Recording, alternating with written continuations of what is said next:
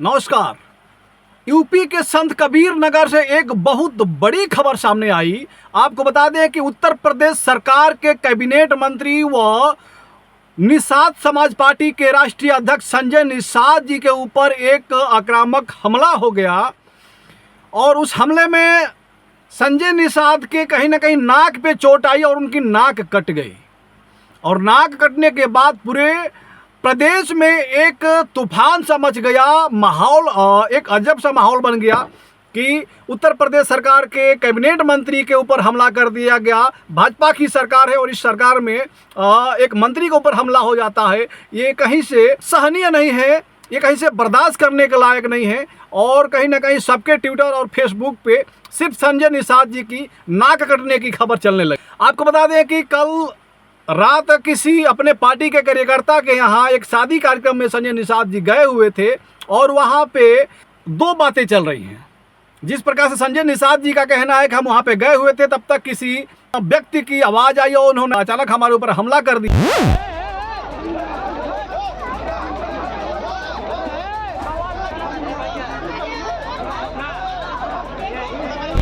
तो वही दूसरी बात सामने ये आ रही है कि संजय निषाद जी जब उस कार्यक्रम में पहुंचे तो जो वहां के स्थानीय लोग थे, कुछ लोगों ने सवाल किया कि ये आपके बेटे प्रवीण निषाद जो वहां के सांसद हैं, संत कबीर नगर के सांसद हैं प्रवीण निषाद जी, और वहां के कार्यकर्ताओं जो स्थानीय लोग हैं उनका कहना है कि आपके बेटे हैं प्रवीण निषाद जी, उनका संसदीय क्षेत्र है, लेकिन यहाँ पे किसी प्रकार का विकास नहीं हुआ है और आप लोग सरकार में रह करके सिर्फ बड़े बड़े दावे कर रहे हैं, तो विकास कब होगा।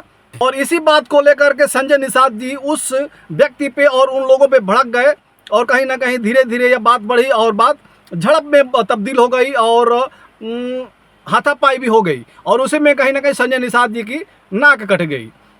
एक वीडियो में ये भी दिख रहा है कि संजय निषाद जी किसी वहाँ पे किसी लोग के ऊपर हाथ ऐसे थप्पड़ चला रहे हैं, तो उनको भी लग रहा है उनके चश्मे से, जिस प्रकार संजय निषाद बता। और नाक कटने के बाद जब पार्टी के लोगों को पता चला कि राष्ट्रीय अध्यक्ष जी की नाक कट गई है, तो ऐसे में उनको आनन फानन में जिला अस्पताल में लेकर जाया गया और वहाँ पर उनका इलाज किया गया। और इलाज के बाद सभी पार्टी के 3 विधायक और उनके बेटे प्रवीण निषाद पहुंचे और पहुंच करके वहाँ पे धरना देने लगे।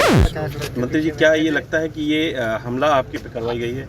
निश्चित रूप से जब से मैं आया हूँ तब से समाजवादी पार्टी का पतन हो रहा है और इसी तरीके से हम लोग तो नहीं और जातियों के ऊपर भी कर रहा था। इसी तरीके मेरे सारे नेता मारे गए। मैं सिंह राजपूत हो, धीरे वर्मा हो, रघुवर जाल वर्मा हो, मनोहर लाल निषाद हो, जगपाल कश्यप, गन्ना निषाद को, तो हमें लगता है कि सारे लोगों का मन बढ़ा हुआ पहले से। धरना देने लगे और धरना देकर कहीं ना कहीं समाजवादी पार्टी के मुर्दाबाद के नारे लगाने लगे, समाजवादी और अखिलेश यादव के मुर्दाबाद के नारे लगाने लगे। और उनका निशाना यही था कि समाजवादी पार्टी के द्वारा ये कराया हुआ कृत्य है, ये समाजवादी पार्टी के लोग थे, इन लोगों ने ही ये हमला करने का प्रयास किया है, अन्यथा हमारा यहाँ पे दुश्मन कोई नहीं है। चूँकि बड़ी बात है कि संजय निषाद जी आज एक कैबिनेट मंत्री हैं और सरकार में भी है, उनके साथ तमाम प्रकार की फोर्स उनके साथ लगी हुई थी, उसके बावजूद भी इस प्रकार का अगर घटना हो जाता है तो ये बहुत बड़ा निंदनीय है।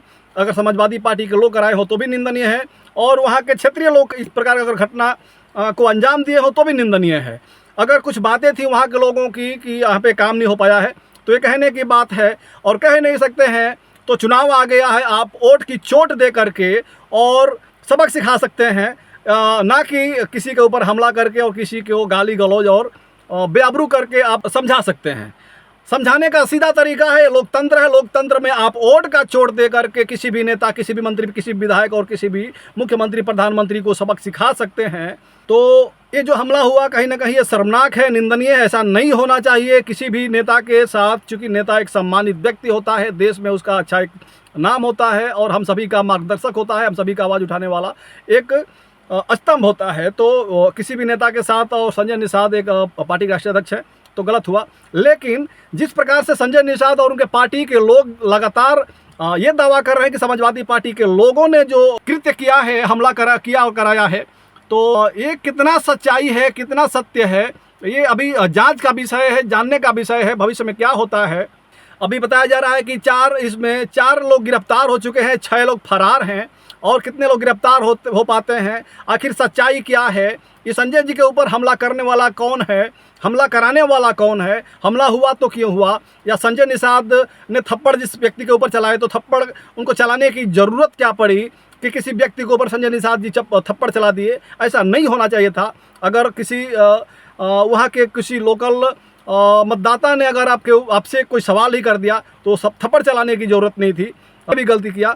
और जो समाजवादी पार्टी के ऊपर जो ब्लेम लगाया जा रहा है, जो मुर्दाबाद के नारे लगाए जा रहे हैं, अगर समाजवादी पार्टी के लोग हों तो उन पर कठिन से कठिन कार्रवाई होनी चाहिए। वे प्रशासन से मांग करते हैं कि अगर समाजवादी पार्टी नहीं, किसी भी पार्टी के अगर कोई लोग हों तो उन पर कठिन से कठिन कार्रवाई होनी चाहिए। लेकिन कार्रवाई उस प्रकार से नहीं होनी चाहिए। तो उसी संत कबीर नगर की एक घटना याद दिलाना चाहेंगे।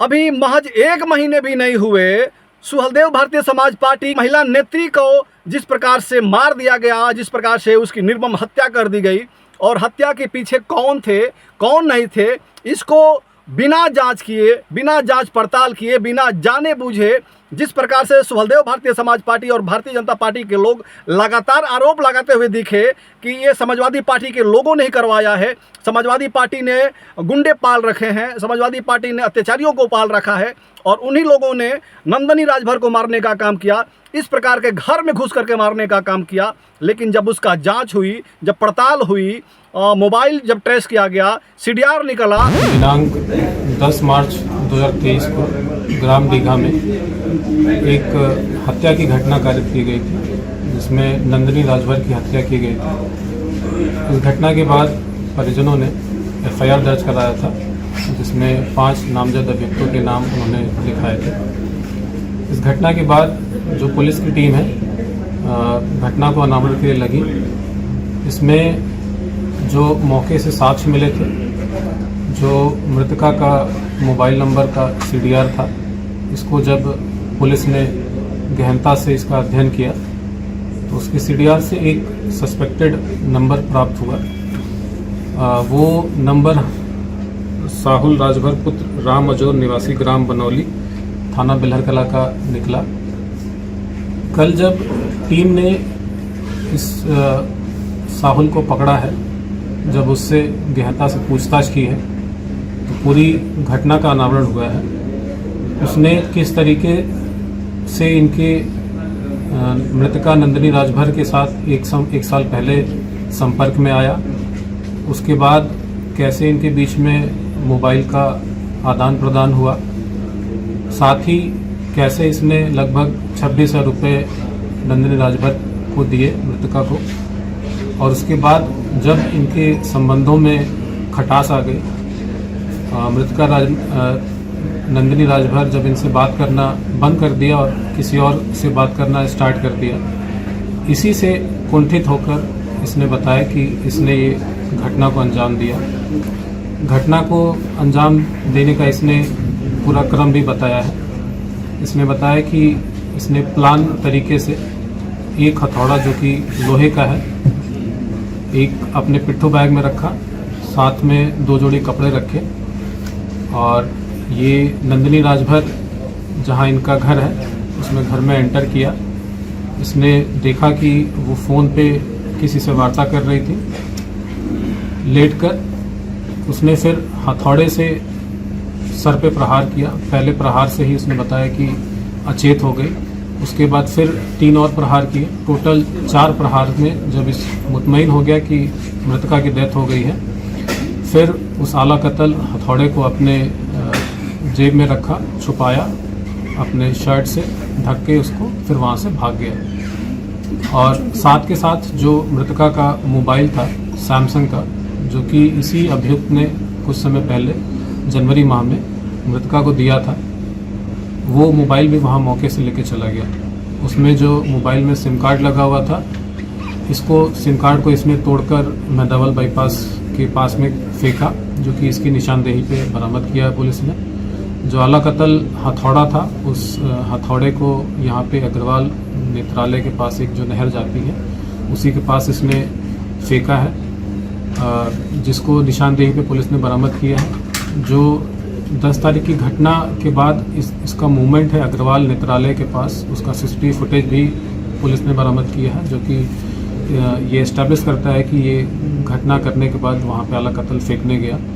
इसके बाद जो मोबाइल था, इसने मोबाइल के टुकड़े किए और कुछ टुकड़े इसने राजघाट नदी में फेंके, कुछ टुकड़े नदी के पास में सड़क के पास इसने फेंके हैं। वो भी इसके निशानदेही पे पुलिस ने बरामद किए हैं। इसने पूरी घटनाक्रम को बताया है, पूरी घटना को स्वीकार किया है और आज पुलिस के इस खुलासे से पूरी टीम को मैं अपने बधाई देता हूँ। साथ ही साथ चूँकि बहुत पेचीदा केस था और बहुत टफ केस था, मैं पूरी टीम को 25,000 रुपये का इनाम दूंगा। तो अंततः पता ये चला कि कोई समाजवादी पार्टी का कोई कार्यकर्ता नहीं था, कोई यादव उसको नहीं मारा था, बल्कि उसी नंदनी राजभर का एक प्रेमी उसका हत्या कर दिया था।